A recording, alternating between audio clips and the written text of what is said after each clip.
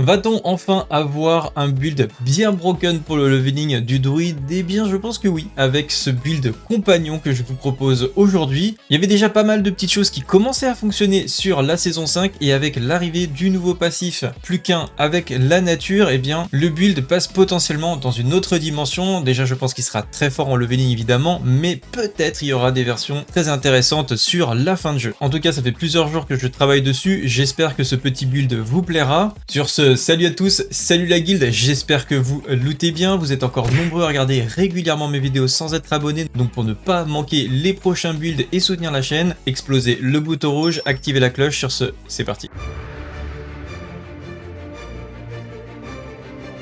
Comme d'habitude, vous aurez le lien vers le builder, donc l'article que je vous proposerai qui sera directement en description, ainsi que d'autres builds. N'hésitez pas à laisser un commentaire pour me dire si vous aimez bien ce genre de build. Likez également, c'est des bons indicateurs pour moi pour savoir si je dois continuer à le faire évoluer. Alors en termes de gameplay, à quoi on peut s'attendre? Eh bien tout simplement énormément d'invocations. Les images que vous voyez ici sont issues de la saison 5. Il y avait quelques builds qui commençaient vraiment à bien fonctionner. Comme vous pouvez le voir, on a beaucoup d'invocations déjà à ce niveau-là, mais vous en aurez beaucoup plus. Et vous allez vite comprendre pourquoi vous aurez vraiment beaucoup plus d'invocations au niveau de la saison 6. Mais c'est un build qui offre une très bonne résistance puisque nos familiers vont prendre nos coups à notre place. Un très bon burst mono-cible ciblé également, puisqu'on pourrait se dire oui on a des familiers mais il faut un petit peu n'importe quoi, etc. Mais en fait avec les loups vous allez pouvoir cibler des attaques vraiment à des endroits particuliers, vous avez un très bon contrôle. Bref, je trouve que ça va très bien sur le style du leveling pour le druide et du coup ça changera un petit peu de pulvérisation. À mon avis ça sera vraiment le meilleur build de leveling du druide à partir de la saison 6. Du coup, comment ça fonctionne? Qu'est-ce que je vous ai cuisiné à ce niveau-là? Eh bien, on va commencer avec, alors déjà un stuff relativement faible en unique. Alors je vous ai quand même mis un des meilleurs uniques qui a été rajouté pour la saison 6, donc Storm Compagnon, qui est juste incroyable, qu'on verra dans la vidéo.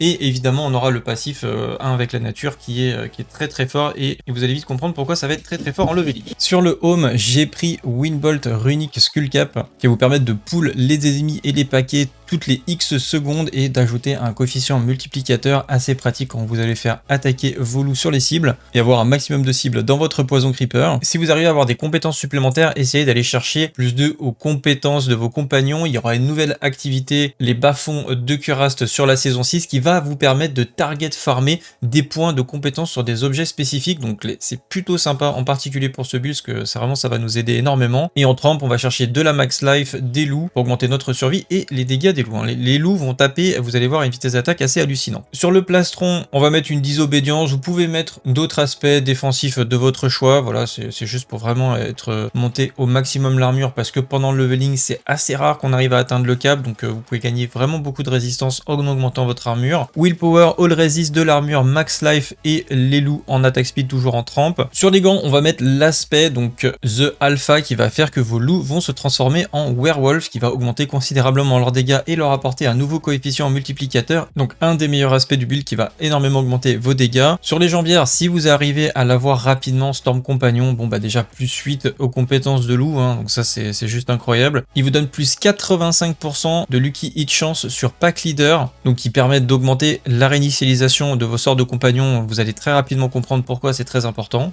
Et c'est aussi pour ça que j'ai mis du Lucky Hit Chance sur certaines pièces. Donc d'ailleurs, je me rends pas trop compte encore, vu que j'ai pas le build sur les mains, j'ai pas pu le tester concrètement, de combien on aura vraiment besoin de Lucky Hit Chance pour avoir un maximum de reset. Mais honnêtement, avec les runes qu'on va voir, vous voudrez avoir le plus de reset possible. Donc plus il y aura de reset, mieux ce sera. Donc c'est pour ça qu'à mon avis, on va conserver quand même les Lucky Hit Chance sur les différentes parts, et cette pièce sera vraiment ultra bis pour augmenter vos dégâts. Bref, c'est vraiment une pièce centrale sur le build. Alors vous pouvez tout à fait faire le build sans cet objet, mais quand vous allez l'avoir, vous allez avoir un gain de puissance qui va être juste monumental. Donc n'hésitez pas de venir sur le Discord, de demander si des personnes l'ont drop et veulent l'échanger, etc. parce que ça va clairement accélérer votre leveling. Sur vos bots, on va mettre Rush in Wild, qui va être important pour augmenter considérablement la vitesse de déplacement de vos compagnons. Et comme on va spammer nos sorts de compagnons, ils auront tout le temps le buff, et ça va jusqu'à 60%. Donc vraiment, ils vont rusher comme des malades dans tous les sens. Et nous, on va mettre un maximum de vitesse de déplacement, et on garde toujours de l'attaque speed sur les loups, du willpower et de l'armure. Sur votre arme, on va mettre Obsidian Blade qui va faire que plus vous avez de compagnons, plus vous avez augmenté un coefficient multiplicateur de dégâts qui peut être assez insane puisque en fait on va invoquer plein de compagnons déjà avec nos compétences de compagnons évidemment, mais en plus de ça, grâce à certains aspects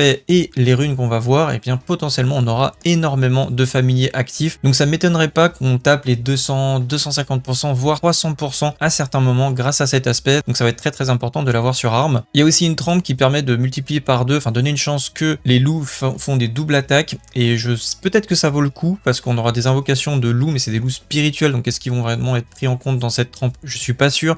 Est-ce que les werewolves qui sont à la base des loups sont transformés, donc est-ce qu'ils vont être pris en compte par cette trempe? C'est à Terry crafté. Pour l'instant, j'ai mis quelque chose qui est une certitude, donc vos werewolves vont avoir 6% de chance de critique en plus, donc ça c'est vraiment très bien.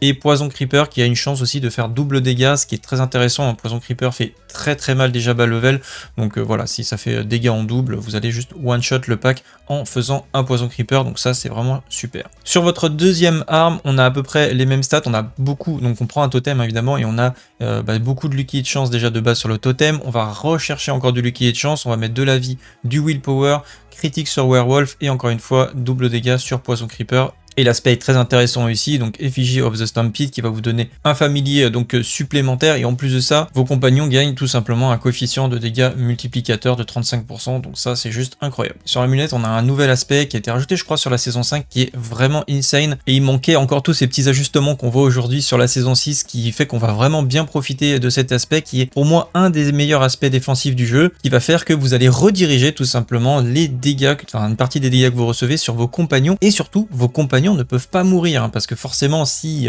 les compagnons pourraient mourir, ça serait pas du tout intéressant, mais là ils sont juste invulnérables déjà de base, donc ça veut dire que vous pouvez pas perdre vos familiers, hein, c'est souvent le problème des builds d'invocation, c'est des familiers qui finissent par se faire défoncer.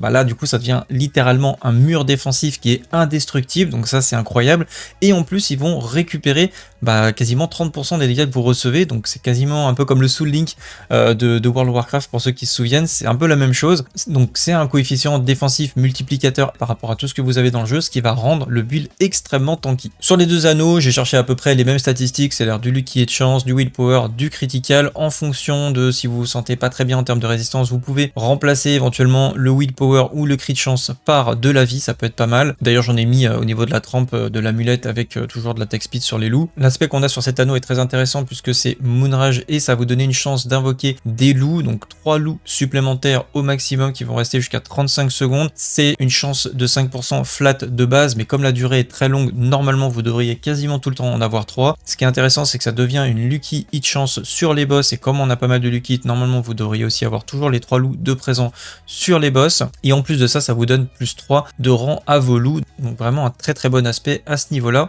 Pour le deuxième anneau, j'ai choisi de prendre Bolt Chieftain Soulwatch, donc qui va faire que quand vous lancez une compétence de cri, et bien son CD est réduit par rapport au nombre d'ennemis qui sont à proximité. Au niveau des bénédictions qu'on va prendre sur le cerf, on va prendre de la réduction de dégâts contre les élites. Au niveau de l'aigle, on va prendre des chances de coup critique en plus et 20% en coefficient multiplicateur de vie. Pack leader évidemment pour réinitialiser les CD de vos compagnons, et ça va être très très important. C'est vraiment le meilleur skill du druide, donc celui-là il faut l'avoir en priorité. Et enfin sur le serpent, masochiste qui va vous permettre d'avoir de la régénération de points de vie, donc c'est un coup de chance et on aura beaucoup de coups de chance, donc comme ça vous maintiendra tout le temps full life. Au niveau des runes, j'ai essayé de faire un truc assez rigolo, enfin moi je trouve ça vraiment très très fun. J'ai fait Yule et Ton, donc Yule va faire que vous gagnez 50 d'offering quand vous lancez un sort avec un temps de recharge, donc comme on va lancer en permanence nos invocations et le Petrify, en fait surtout les invocations, ça va être un moteur pour générer énormément d'offering à ce niveau-là, et vous allez réinitialiser en permanence vos invocations avec Pack Leader, donc normalement vous allez spammer, même si vous n'avez pas de stuff, même si vous n'avez pas de Shaco, vous allez vraiment pouvoir spammer vos invocations. Et en fait j'ai choisi un sort de classe, donc là j'ai mis Météorite de la sorcière, donc on devrait avoir des invocations de météores qui tombent sur les cibles, mais sachez que vous pouvez mettre d'autres sorts d'autres classes, ça va être important pour faire proc la deuxième rune, mais l'idée c'est d'avoir un sort d'une autre classe. Moi je trouve que ça peut être vraiment marrant d'avoir des météores qui tombent de partout, parce que comme on génère 50 d'offering et tout simplement cette rune demande 25, et ce qui va se passer c'est qu'on va être en overflow et on va augmenter le nombre de météores qui vont être apparaître, donc a priori il y aura 2 météores qui devraient tomber sur les cibles à chaque GCD, donc ça peut faire beaucoup de météores qui tombent sur les cibles, donc visuellement ça peut être rigolo. Et en leveling, comme les monstres sont assez peu résistants, ce que vous voulez c'est faire un max de dégâts un peu partout sur la carte, et je trouve que ce sort s'y prête plutôt pas trop mal. Et donc du coup ça va nous permettre, vu qu'on va invoquer le sort de la sorcière météorite, nous permettre de faire proc la deuxième rune, donc Ingzol c'est, et vous gagnez 150 d'offering quand vous invoquez le sort d'une autre classe. Donc, encore une fois ça devrait fonctionner sur la première rune, hein, qui est bien un sort de la sorcière. Donc 150 d'offering c'est plutôt énorme, et c'est va vous faire que tous les 100 d'offering, donc vous gagnez à chaque GCD 150, donc plus de 100, vous allez invoquer un Spirit Wolf qui va attaquer vos ennemis pendant 8 secondes. Sachant qu'on est légèrement au-dessus, quand vous dépassez les 100, ça va augmenter le nombre de loups que vous allez invoquer. Donc honnêtement, ça devrait monter très vite, et je pense qu'on aura plus de 8 loups actifs en même temps, ce qui devrait énormément booster donc l'aspect de compagnon qui va vous donner un coefficient multiplicateur proportionnel au nombre d'invocations que vous possédez. Donc je ne sais pas quels vont être les dégâts de ces loups invoqués, mais en tout cas, ils devraient prendre en compte pas mal de coefficients multiplicateurs qu'on possède déjà sur les compagnons, en plus de vous booster énormément. Et devrait aussi profiter du Spirit Bond, donc d'être invulnérable et partager les dégâts que vous subissez, ce qui vous fera aussi un mur défensif pour augmenter considérablement encore votre survie. Donc vraiment, je trouve qu'avec ça, on va avoir énormément d'invocations et de profiter au maximum des différents coefficients multiplicateurs de ce build. On passe ensuite au point de compétence, donc on va prendre Maul, qui sera votre attaque de base, surtout pour vous transformer en ours, et on va prendre son amélioration Enchanted Maul, qui va vous permettre d'avoir de la fortification quasiment à volonté dès le début du jeu.